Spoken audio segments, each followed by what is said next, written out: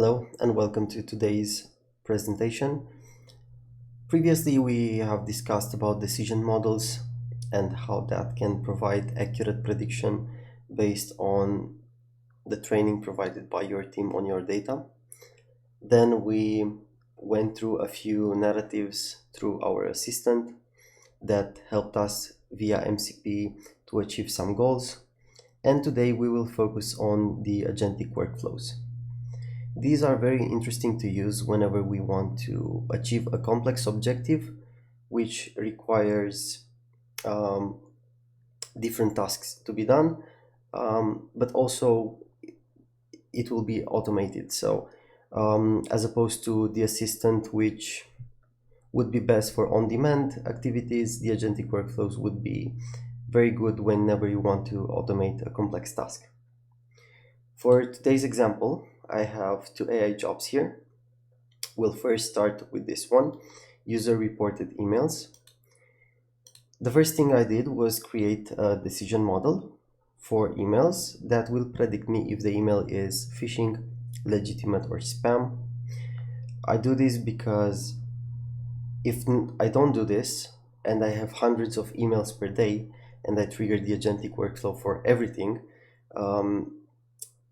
that will cost a lot, it will take a lot of time, and also it may lead the agents down a rabbit hole. So the more focused I am with what I'm sending to the agentic workflow, and the more specific and correct the context is, the better it will perform and the more efficient it will be. That being said, this model was trained and right now it's outputting some decisions. Now, these decisions are pretty good from a level 1 SOC perspective, but if we want to find out, for instance, if these phishing emails have led to any impact, we would need to perform an investigation. So look in different places and found out, did this user click the link? Was something downloaded from the link? Was that something executed on the host? And this information is in different places in the SIEM. So what I'm doing is I'm triggering an agentic workflow if Arcanna's decision was that this is a phishing email. The workflows themselves are just a Python script. We provide different templates and skeletons for the workflow, and you can just replace the agent names and their instructions and MCP tools they use. Again, we have a list of MCP servers. We can add new ones as demand increases, and the agents can use any of these tools as long as they are mentioned in the configuration. In this scenario, it was instructed to perform the investigation, and the order of the agent is mentioned at the bottom. But enough on those technical details, and let's move on to an actual run of the workflow. So everything is sent to the first agent, which is the retrieval agent. It needs to make sure it's a valid JSON and the data structured. And then it goes to the context agent, which needs to perform the actual investigation. The first thing it does is it lists the indices in Elastic to make sure the ones we are interested in exist. In this case, these three indices are relevant.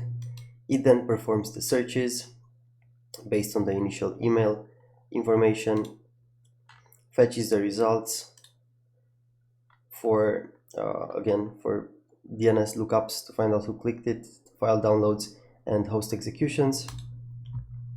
And then it structures it nicely as JSON.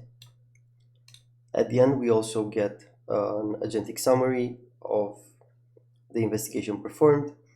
And for this particular email, we can see that starting from the initial vector, which was the phishing email, spoofing a 40 client VPN update, user clicked the link provided by the attacker. From that URL, we also found a file download of this executable, and later on, it was also run on this user's host. So this would be a complete attack chain. And the last step that we do is, now that we have a lot more context, we actually send all of this to a secondary job, which was the first one. This decision model can make more nuanced decisions. So instead of phishing, newsletter, and spam, we can now say if the risk is still present, if was avoided, if we have a compromise with high impact or with low impact. Now, this is how it works on Arcanna side. But all the data, in this case, I sent it from a store, in this case, Google SecOps, through a playbook where first I send it to the decision model, and based on the decision, I can either, let's say it's a newsletter, I will just put the newsletter decision on the case as a comment and close it. If, however, we do have a phishing email, I will send it to the Agentic workflow and then request the decision from the second model. Finally, add all the information on the case. This is the playbook I'm using. And if we look at some cases, in this example, I have a spam email. It was not phishing, therefore it went to the normal decision model. And the note left was Arcanna's decision on alert is it's a spam with very high confidence, and that's pretty much it. We don't need to involve an agentic workflow for this one. But then I have another example where the decision was that it is a phishing email, so it did went to the agentic workflow. In this case, the decision coming back is from the second job, which tells us we have a compromise with high impact, and we have all the information regarding this attack. And this pretty much covers one way in which you can integrate with Arcanna's decision models and agentic workflows to just have everything in your one pane of glass. Thank you for your attention and see you next time.